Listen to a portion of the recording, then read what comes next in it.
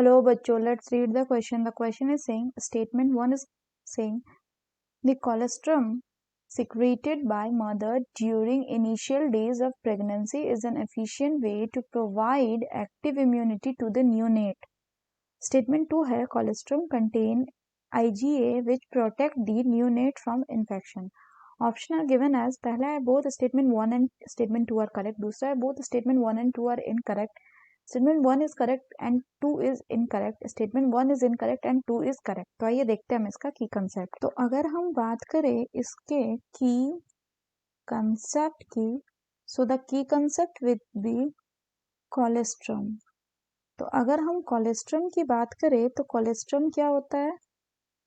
So colostrum is the yellowish, it is the yellowish fluid secreted by the mother कब? during the initial period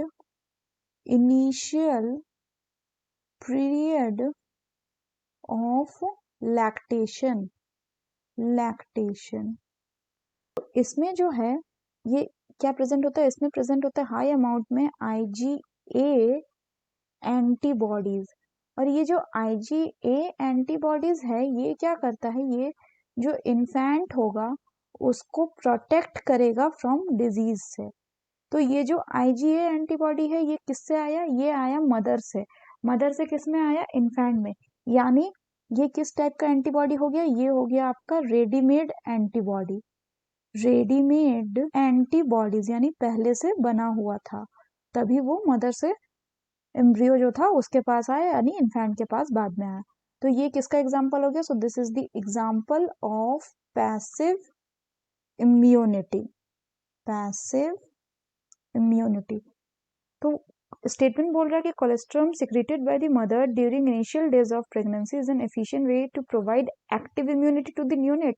तो ये statement गलत है क्योंकि ये किसका एग्जाम्पल? ये पैसिव इम्यूनिटी का एग्जाम्पल है. Colostrum contain IgA which protect the neonate from infection. तो ये सही है. The correct option will be option 4, that is statement 1 is incorrect and statement 2 is correct. So that's all for the question, बच्चों. Hope you understood it well. Best of luck.